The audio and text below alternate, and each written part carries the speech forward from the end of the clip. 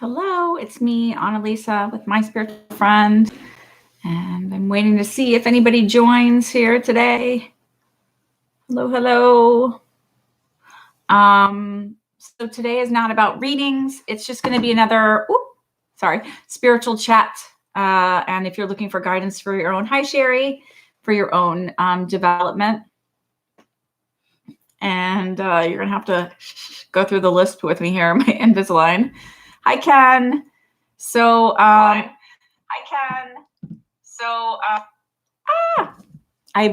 made sure it was like working on my phone. I guess it's working.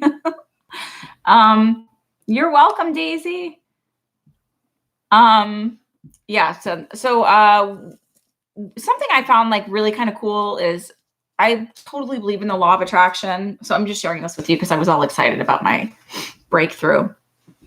I've always believed in the law of attraction. And I'm always like sort of working to perfect how I'm doing it and how I'm manifesting. So yesterday, and I feel like I've been holding myself back on my own growth and trying to figure out when everything is going to happen. And I'm really okay with, not having 1,000 or 1,000,000 followers. I just really love being surrounded by wonderful people and energy. And I'm trusting the universe that this is going where it's supposed to go. But I still had this really cool breakthrough. I was watching on Netflix, Reese Witherspoon has a new show on there where she's interviewing women who are successful in their own fields. And Sarah Blakely, who is the founder of Spanx, who created it, and she's like the youngest self-made female billionaire. She talked about how before she started her company, 2 years before she had the idea for Spanx, she went home because she was frustrated at work, and she had learned about the law of attraction and manifestation because her father had handed her a set of tapes that she listened to all the time in high school in her car. And she went home after this day of work and said, okay, universe, I want to create something. And she just like threw it out there. Said, I want to create something that'll millions of people will buy and it'll be helpful to them. And she just waited and said, give me the idea, and just trusted it and threw it out there. So I had this breakthrough that I just need to trust that I'm throwing out there what I want to create. I'm not worrying about the timing of it. I'm trusting that the universe is going to bring it to me and bring the right people into my life to help make that work. And instead of asking the tarot cards when, and my friends that are also psychics, when's it going to happen? When, blah, blah, blah. I'm just trusting. So that's a big part of this right now is I was just excited for my breakthrough. And then this morning I was journaling and doing conscious manifestation journaling. And I looked at my phone, like after I wrote down all of this stuff, I looked at my phone and it said, you have walked 1,111 steps today. So I felt like that was my confirmation from the universe that what I'm working on manifesting is going to happen. Anyway, I was all excited. I want to share that. So how's everybody? How have you been doing? Any questions? What have you been working on in your own spiritual growth? Are you looking for guidance or confirmation or validation? Or if you're stuck, I'm here to help. Share away. I'm waiting. Nobody? Anybody? Sherry says, for a bunch of ironic laughs, read about Jodi Arias and her interpretation of the law. Oh, okay. I don't know. Who's Jodi Arias? Hi, Breezy.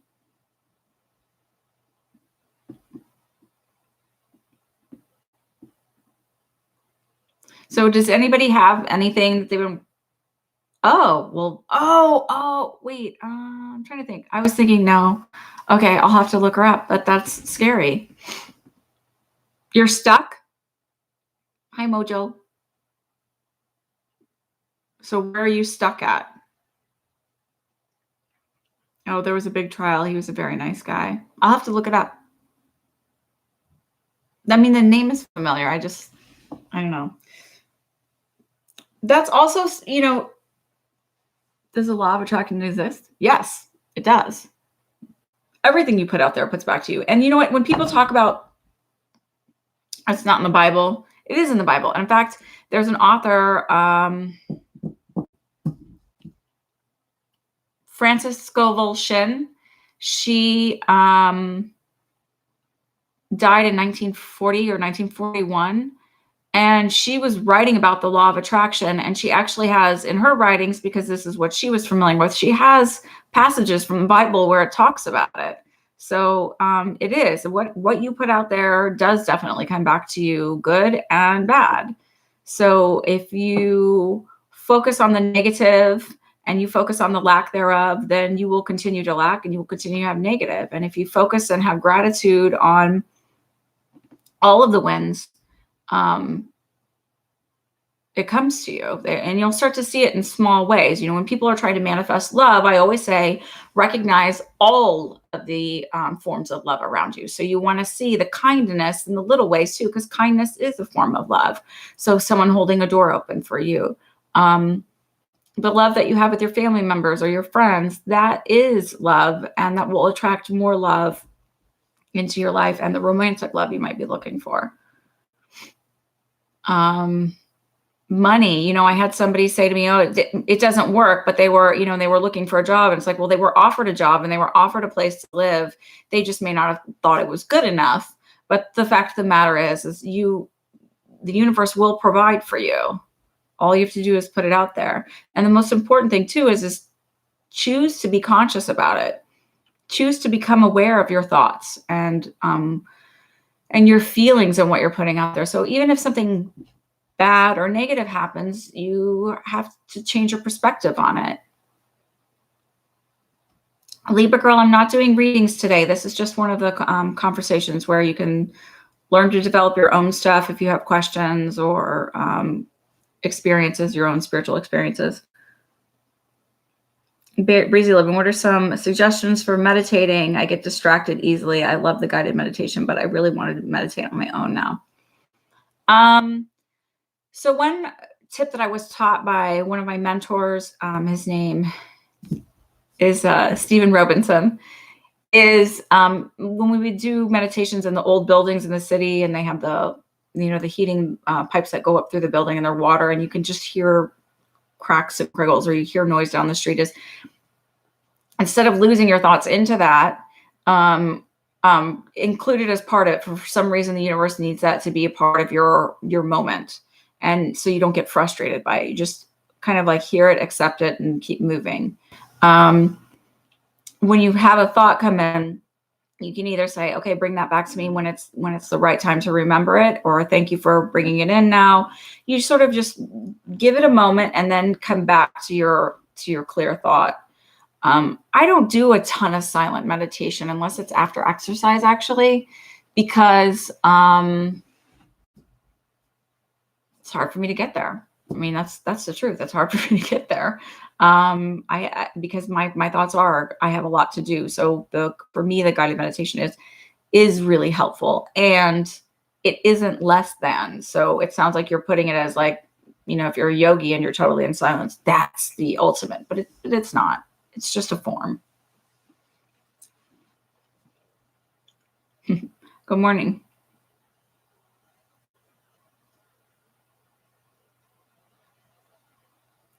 So Rose says there's a number in different combinations I see all the time. It's something lucky. If I go somewhere and get a raffle ticket and has that numbers, I win something. How do you figure what that means? You've created that language. So when we're doing intuition work and when we're developing our intuition, if you say this means this, like for me, this is a silly one, but when there's a free parking space at the front of the store, I know I'm going to find exactly what I'm looking for every time, like especially if it's something kind of obscure.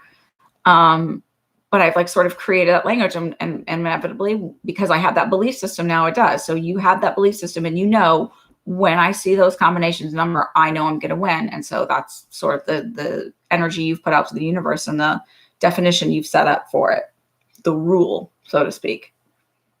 You're welcome, Breezy.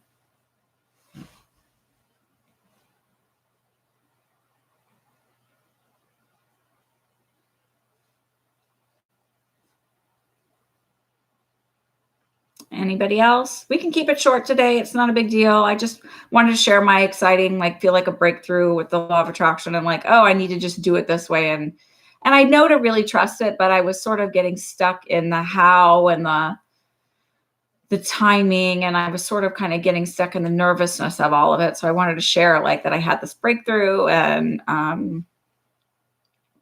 then the validations that you get, that it's sometimes just really little, even for something big.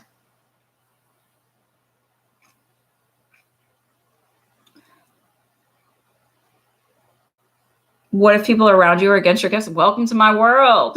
I don't worry about it. I don't really care. I don't need somebody to accept me or validate me to know that this is real. I don't need somebody to say that they believe in it. I've been told I'm crazy. I've been told, oh, I don't believe in what you do. All right, go ahead. I don't care. Because I know that this is my compass, and this is what kind of makes me whole. And I don't worry about it. I mean, you sort of like have to develop a thick skin when you're doing these. And the other thing is also, don't impose your gifts on others if they don't believe in it. I don't read for people that don't believe in this. I don't feel the need to prove myself to anybody, like, or get them to believe. I don't really care. They'll figure out their own journey in their own time. My strangest spiritual situation, Mojo. I wouldn't say it's strange. Just like I've had lots of cool things happen. But I guess the most perplexing to me is I had this dream one time, and it was very, very specific with many, many details. Like where I was driving a car, and there was all these very specific details about I had a girlfriend. I have a husband in real life.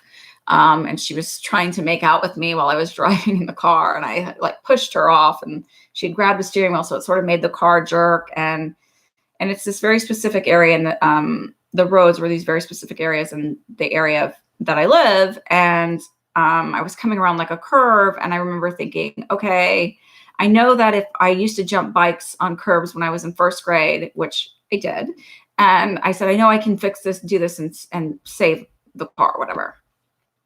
And so I got through and like not crash. So I did this maneuver, and I got out of the car in my dream, and it was like a smaller 4-door sedan, dark colored. And there was one tiny little scratch on the rear driver's side back panel. And I'm just trying to think where I was. And then I got back in the car. I was like, I did it. And I was like all excited. And then I woke up. And then probably 7 or 8 months later, I was doing readings at one of the local towns has like a women's night out. And I was doing readings for a business. And the owner's sister walked me down to my car, was helping me carry some of my stuff because I had to provide my own table and chair, for God's sake. And she starts to tell me the story that she believes in what I do because she had this experience once, and she was driving a car, and her girlfriend tried to make out with her. And it was, I kid you not, this exact dream. Like she was the driver of the car. So I just sat there and listened. I didn't tell her that I knew what was going to happen. I didn't tell her. I mean, she had the same exact thought of, I used to jump curbs on my bike when I was in first grade, like literally everything to a T. And I still am like, I don't understand that. And she said, I know somebody was with me. And I literally don't understand the meaning of it. Why? I don't know if I literally have no clue what the connection is. Was I there at that very moment? Was I experiencing her experience I literally have no clue. That is probably the weirdest thing I've experienced.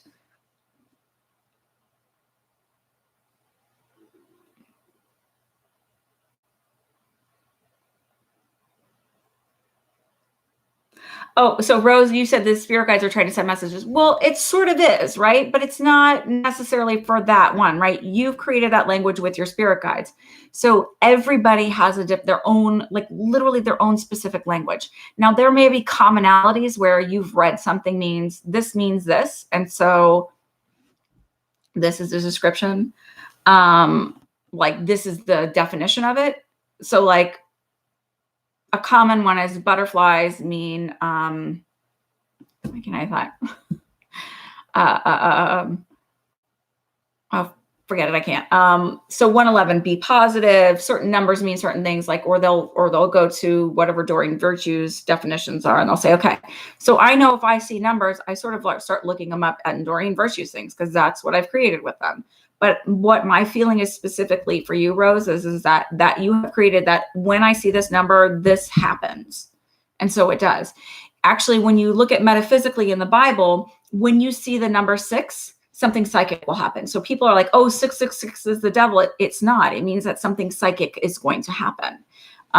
So there are some different number things in the Bible. So it's sort of happened in many old cases.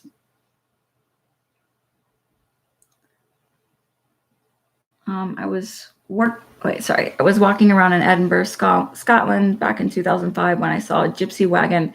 And so I got a psychic reading. It saved me. She knew and foresaw super important legal stuff to tell me about. That's amazing.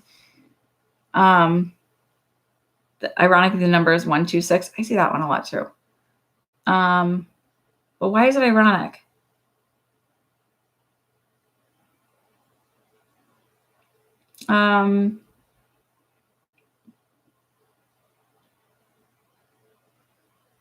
What was I going to say? I got a reading once. This was well before, and it was actually probably maybe 2004 or 2005. And I was in San Francisco with a guy I was dating at the time. And we were walking in the wharf area, and there was somebody out doing readings, $20 readings. And it was the weirdest thing, because she came out and did this reading and looked at me and like told me like word for word everything that was going on with my boyfriend and I at the time. And I mean, like very detailed what was going on. And then all of a sudden she looked at me and like had this strange look on her face of like freaked out almost. And she like literally turned around and walked away and disappeared. I don't know where she went. So that was like kind of a weird getting a reading experience for me. I also had, I've done videos on this, where one of the very first readings I ever had was this woman who basically had a shingle out. And I went to her and she told me I was cursed. And she wanted me to just shell out all of this money. And like, I left and said, oh, I have to go to the ATM. And I never came back. And she actually called me and kept harassing me for money, saying that I needed to go do all these things. And it was very disheartening. And that's why I really tell people, when they're looking for somebody who's psychic, ask a friend, go to somebody you can trust, who said that it's a good experience, because curses don't exist. And I never do a reading for anybody. Nobody comes to me when they're having a great time. Nobody comes to me when everything's going perfectly well. They're coming to me when they're vulnerable, and people will prey on that. With my dreams, do I have to write them down, or are they so vivid you just remember them? It just depends. Like that particular one was so vivid, I just remembered it because it was so strange to me, that one about the car. Other ones of them, I don't remember them until they happen. Like I'll have a precognitive dream. Like I would do this in school. I would dream about tests and I wouldn't remember them until the test. And I was like, damn it. How did I not remember this problem? You know, usually math. Oh, it is. It's a total classic con job, Sherry. And the thing is like, it's funny, when she died, I could feel her around me. I kept smelling the sage around me. But it is. And, you know, the thing is that it will come back to those people. They don't, you know, it doesn't just stay with them. And even if they don't get what's coming to them during this lifetime, after they cross over, you know, things are balanced out. It's not just, you can't put out that energy and not have it come back to you. Just chat readings are true. I mean, effective, like in person. Oh, like I do them? Yeah. It's a little harder sometimes, but I trust my guides. And sometimes I have to say I'm not getting something. In person versus this, or over the phone or over Zoom, is always easier, because it's not just me really trusting my guides. I can tune into the vibration of your voice, or your name, and here half the time I don't have even your first name, so it's harder. Or I can tune into a picture. Like if you hold an item, I have such a hard time sometimes thinking of names, and I apologize for that. But if you hold an item, you can feel the energy of it. Or if you hold a picture, you can feel the energy and get the energy off of that person reading a picture. So even if I can't see your face, if I have a picture. And the reason why I like to do them over Zoom versus in person is number one, I don't have an office, so I can't just kick you out when I'm done. And if I go to somebody's house, I'm not only reading them as a person, I'm now reading potentially every other person in that's sat in that chair. The energies of the entire house, the other energies, like besides the living, the dead too. So it becomes a much longer and more intensive thing than like, oh, it's just an hour reading, I'm coming to sit down at your house. So that's why I prefer Zoom. And with Zoom too, when you first contact me, I may see you energetically one way, and then we'll see a picture of you or see you in person, and you look totally different. So I may see you as feeling very, very young and vibrant. And then I see you and I'm like, oh, you're like 60 years old. And so that speaks a lot to your soul and your energy. Or I may see you as really worn and like shriveled, really worn skin, stringy hair. And then I see you in person and you're, this 20-year-old something, and a woman or man, and you don't fit. So that speaks a lot too, then again, of your soul and where it's at. Hi, Sandy. But they work. I mean, I've had enough people, I was worried that they wouldn't, and I've had enough people come back and validate that I've been right about my readings with them on here. So I'm not 100%, but nobody's 100%. And anybody claims to be 100% or any percent is, well, full of shit. You have a boyfriend, he's super duper intuitive psychic, but he doesn't know it. I get goosebumps when his radar goes off. I'm myself, but his frequencies operate. Yeah, and a lot of people you'll see, they're like, I have a good friend and she's very psychic, but we get information differently. So like, she'll say, well, it's a strong yes, or it's a strong no, or something like that. And she has these tests that she does, and I just hear the answer and share whatever I get. And I just trust that whatever I'm hearing. So it may not make sense to you at the time you're getting the message. And like my husband's pretty intuitive, but he doesn't really know it.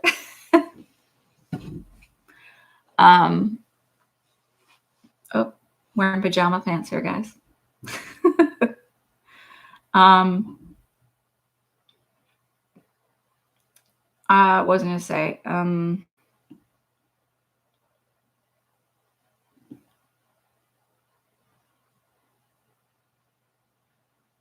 different ways we get information. Does anybody have anything else to say? We can bounce out now. I've got crafts I'm supposed to do for Girl Scout meetings.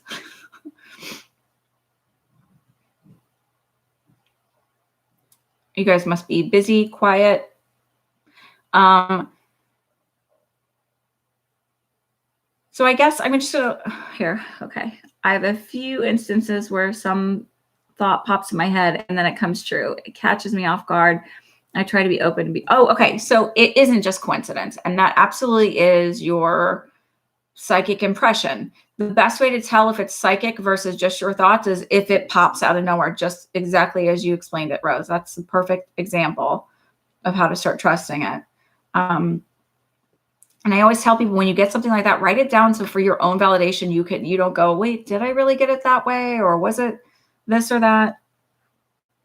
You feel like you feel like the current political situation is psychic warfare of sorts. Yeah, I sort of get that. So I haven't been very right about my political predictions as far as like candidates and stuff, but I'm wondering more if I'm reading their energy and how it aligns with mine. versus where they'll be. But I think that there's a huge shifting of energy that's happening, and people are becoming more awake to their own intuition and no longer wanting to follow suit with the old belief system. And I try not to call it warfare because I feel like that puts this like negative, scary thing on it. And I don't feel scared or negative about it. I just really, really, really trust that we're all safe and we're all being taken care of. It doesn't mean that I don't try and better myself or put out better energy. It just means I try not to sit in the scary, negative, anxiety-ridden aspect of it.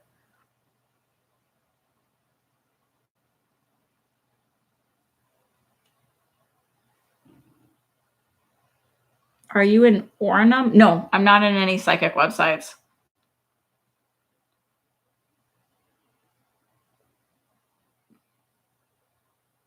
Who do I believe and who's trying to suppress one another?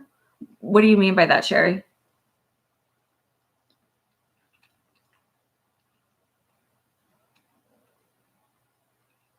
Rose, meditating helps, but it also just becomes a state of belief, right? So it's like, instead of saying like, oh my God, there's something scary that I might know this ahead of time, how about just trusting that it's a good warning sign, and that then you can trust that you're using your inner GPS on your journey. It doesn't mean you have to know all of the like death and doom and gloom. I sort of have a different aspect of getting when someone is ill or whatever, but I think that's also because I had this medical background and I saw so many sick people and so many things that I realized that this is just part of the human condition and our human incarnation. And so it doesn't really scare me so much anymore. It just is like, well, it happens. It's part of the journey. I think it's really about shifting the belief system around it. Meditation can help, but I think really just, again, shifting the belief system.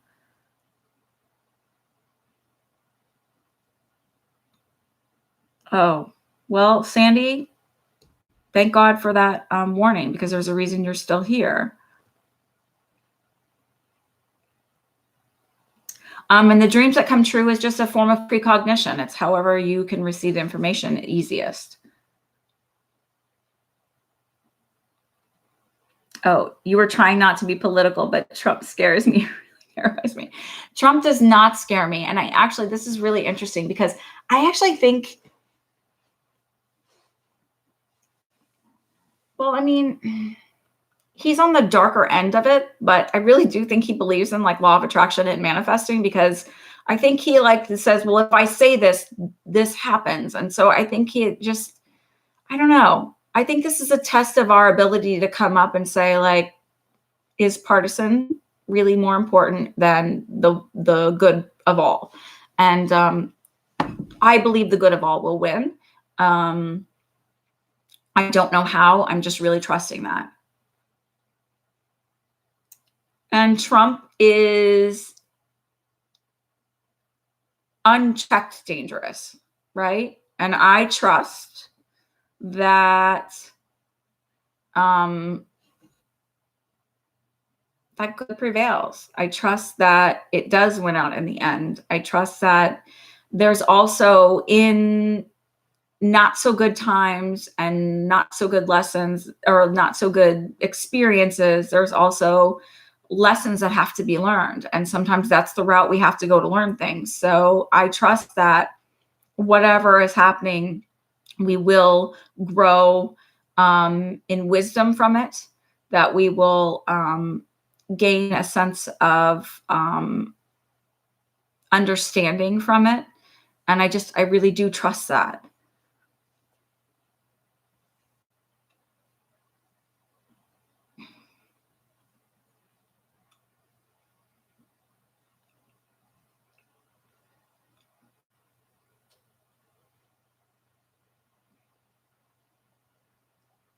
You'll work on that, Rose. The other morning and woke up thinking of school lockdowns, and an hour later, my daughter's middle school had a threat. But thankfully, the threat was not founded, and perhaps it was to warn you so you wouldn't be so scared when you got the information. It was funny, when my husband and I were watching Spider-Man, the last one that came out over the weekend, and there's a scene there in Venice, and I kept thinking about Venice and flooding and climate change, and oh my God, this, like, they're like they're on the water. Like, how are they? And then within the last couple of days, I saw the worst flooding ever, and I don't know when it started. So if it started over the weekend, I don't know, but I started seeing that, and there's been a lot of interesting things like that lately that have started coming up, energetically connecting into things. So I just trust that it's going to keep opening up more. The veil is going to continue to thin out, and it's going to be easier to access your intuition. So instead of thinking this is too scary, I need to shut it down, maybe embrace it and say, there's a reason that this is here to help me, and I'm going to trust that it's going to help me.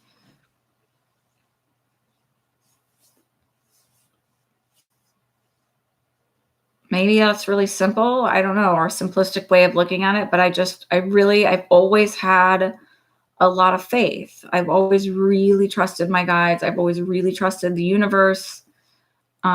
As hard as things have been in my life at times, I have always, always, always been able to come out on the other side. And I've never just fallen apart. So I trust that that's always going to be the way it is, that I'm really well taken care of. Also, sometimes you're going to get information about your own journey, and especially in your dreams, in kind of a convoluted, weird way. Like sometimes mine look like video games. Just trust that even if you don't understand it, it's sort of downloading into your cellular DNA, and that will help. So it's a little quiet here today, so I'm gonna maybe just stay on for a couple more minutes and then leave. So I've got to paint something, honestly, for Girl Scouts meeting this afternoon, and it's not going to even be complete when I do it. So you don't have to do anything, but I'm telling you, being intuitive, not even for doing readings for people, just for your day-to-day life, and having that comfort of knowing that you have this whole team that maybe you can't see, but they are there. They have your back. They are here to get you through it, and you're not alone. Just knowing that, and knowing that no matter what, it's all going to work out. It's all going to be okay. And even when a situation seems hard, if you can sit and say, what do I need to learn from this? What do I need to take from this for my highest good?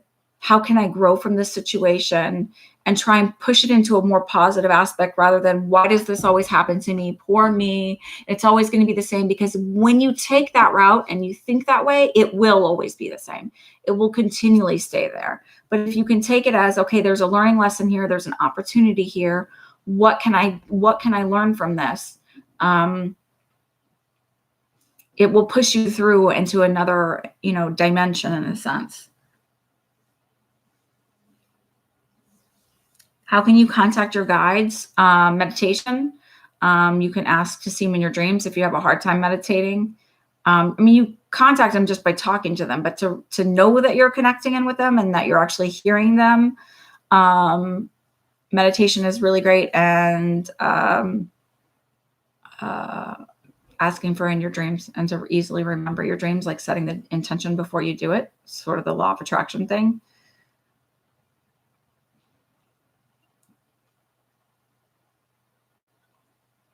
Sherry, how is the psychic readings business going? Should you try it? Do you feel called to do it? Because that's really what you have to trust. Like, it's not for me to tell you. Do you feel called to do readings?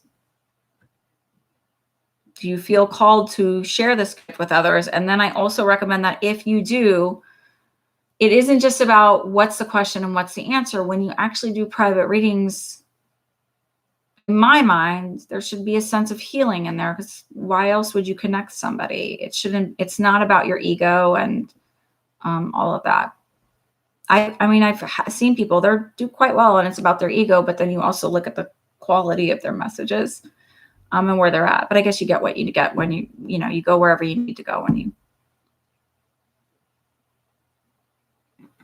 I'm glad it's been helpful to you, Rose. So I'm going to go ahead and say we're at 35 minutes. I'm going to say good afternoon. Happy Friday to you all. I will see you Sunday evening. I'm going to head out. I got to get this project done for the Girl Scouts meeting in a couple hours. So have a wonderful day. Thank you for joining me. As always, I'm Annalisa. This is my spiritual friend. If you like this, if you join, most of you are subscribed, I think, already, but subscribe and like and all of that good stuff. Share it with your friends. Enjoy your weekend, and I will see you guys on Sunday.